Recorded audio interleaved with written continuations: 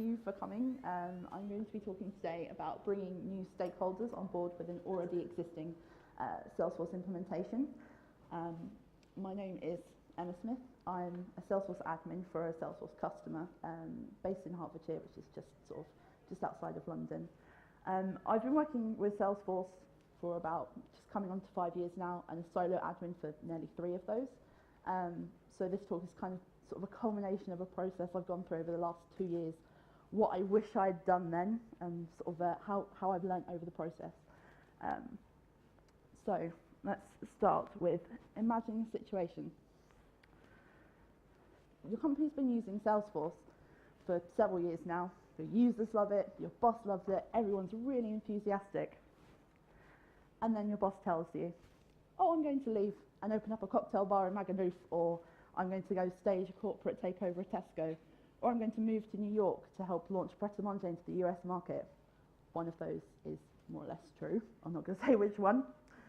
How do you, obviously there's a lot of worries coming on with what's their replacement going to be. Are they going to know anything about Salesforce, especially if it's a small company? You can think, well, is anything we've put in place at risk?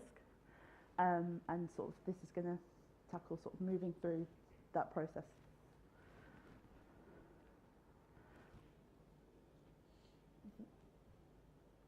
Okay, so if the admin gods smile on you, the dream scenario is that the new boss comes in, already knows what Salesforce is, has possibly used it before, is really enthusiastic, you don your matching swag and you ride off happily into the sunset.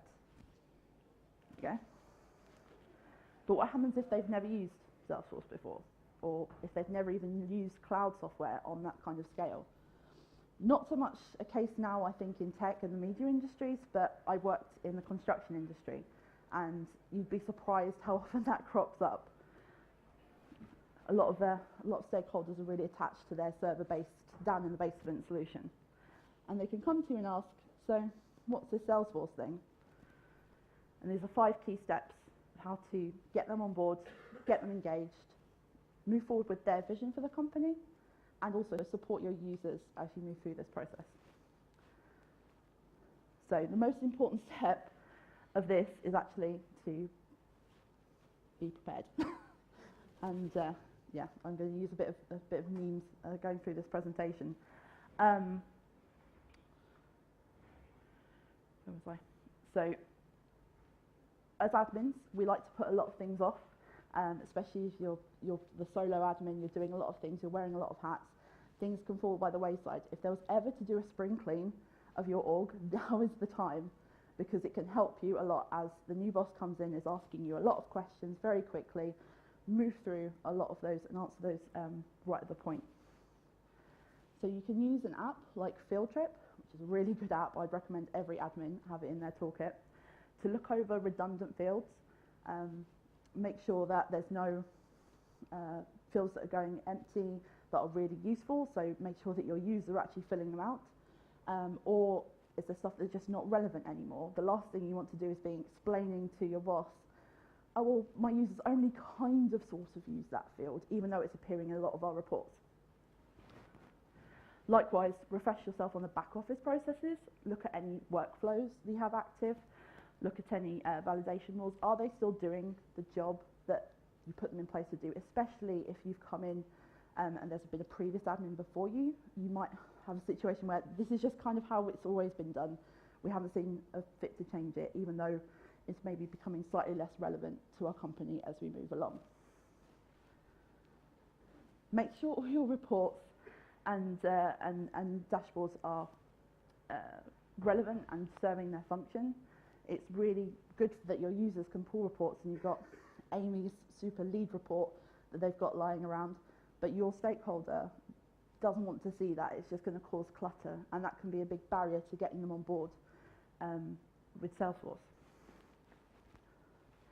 And make a checklist of any apps and integrations that are present in your org. You probably know what they're going to do, they're not, and it's good just to have a checklist run through to refer back to in any meetings.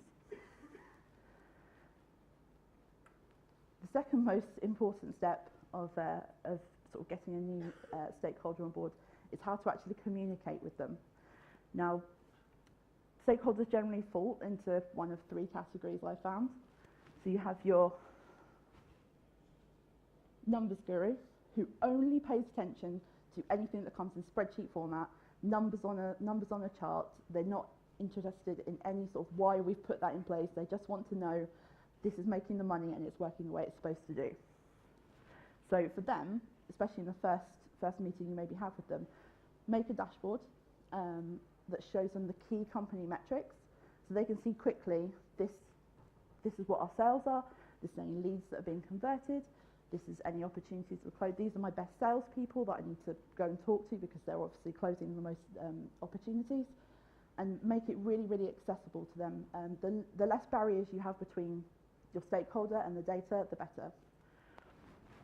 Or they could be a debater, and they really like to talk. They like to sit down, discuss every process, every app on its own merits. And so for them, use all that homework you've done in the previous step and make sort of a crib sheet, sit down, have that meeting, talk through every point, and with the homework you've already done before, you'll be able to answer a lot of their questions right then, right there. Or, this is the best case scenario, they could be a hands-on Harry or a hands-on Hannah. And these guys actually really like to see what the system is like firsthand, and they're not really interested in anything apart from how their users are actually physically using it. So the best way to get their attention is to assign their profile as maybe read-only, because nothing's worse than a new boss with an edit button. And do, over the course of maybe a couple of half-hour sessions, just do a guided exploration, maybe as you would do with a new user, because their time is going to be quite, you're going to be competing for their time, so try and break it down into short sessions. Now, as a solo admin, this is especially hard when you don't really have a team to back you up. It's just going to be you versus your stakeholder. So another good resource you can use is to squad up. Reach out to your super users. Even one is more beneficial than none. Use their feedback in any presentation you might make to your new stakeholder, as it really helps them to see how Salesforce is used throughout the wider company, because obviously you're not the one person, the front line, the sales team, making the money. You're just the guardian of the data. So they really want to see kind of how it's used across your company. And if you can, if they're maybe not based in Scotland, try and get them in to sit in a meeting with you, with your stakeholder. It's really good to have them sort of backing you up as you move through these points, and using their expertise of Salesforce, because it maybe might be more real for your stakeholder rather than you, who knows all the tech jargon, to get them on board. And after you've had these meetings, create a sort of private chatter group, invite your stakeholder, invite your super users. If they have any questions, they can be asked there and answered centrally, rather than Joe down in sales sort of going, oh, I do it this way, or I do it that way. You want it to sort of use your super users as the best practice, and avoid a lot of the clutter.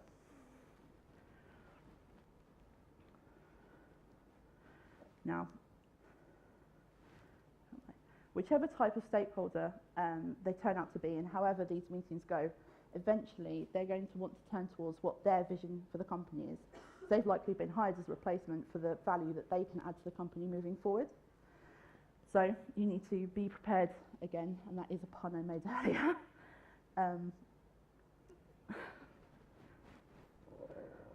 So it's really important to remember to be open-minded. A lot of solo admins, they've built every customization, they've done every workflow, they've built every report themselves. It's really easy to get defensive when your stakeholders sort of like, well, why do we do this? Why do we not do this another way? We did this way in my previous company. Can I not just make you do that? And it's really important not to take it as a personal attack against you. It's quite easy to go in with that mindset. The best way to bring them on board and get them engaged is to show that you're on their side, so you can get them on your side.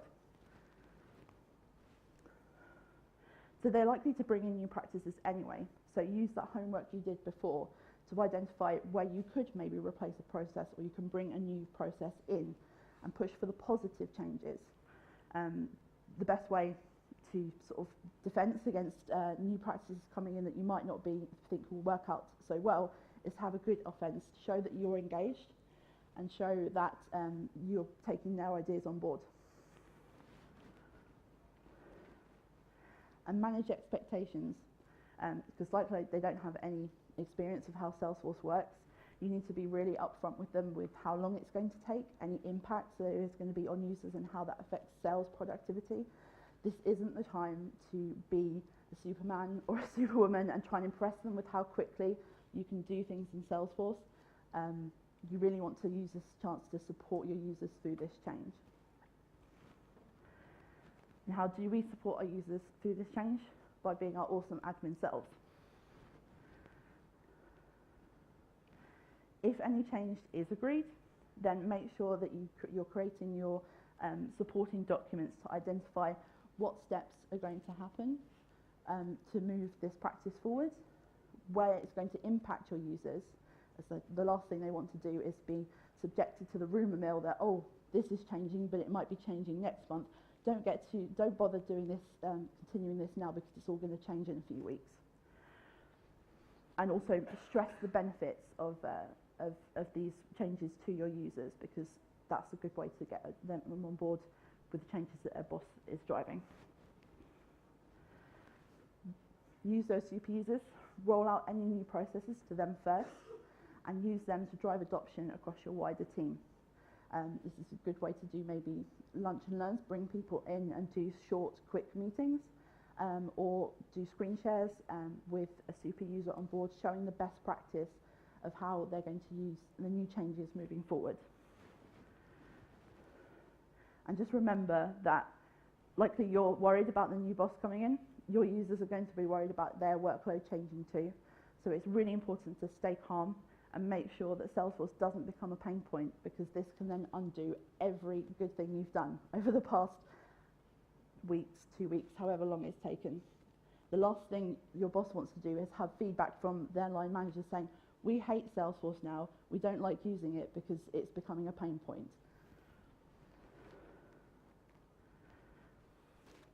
If you follow those steps and work them into your change management process, then your users will thank you, your new stakeholders will likely thank you, and you can really work on getting to that point where you're riding off into the sunset wearing your matching swag. So yeah, thank you. And does anyone have any questions? Right, I think we've got a microphone. Hello, yes. Just as admins, often you have many different bosses. Yeah. So a lot of people like to get involved. So I just wondered, in your opinion, which is the best department Salesforce should actually sit under? It varies across a lot of different companies. I myself actually sit under finance, even though, mostly because a lot of our churn is financial data.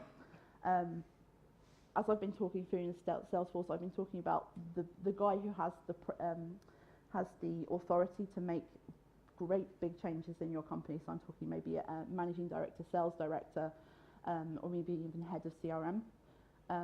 They're the best people to do this process with. Smaller managers are not going to be so likely to go, no, we're just going to toss it out and start all over again, because they've likely got a boss above them who's going to go, why are you doing that? That's crazy. So yeah. Thank you.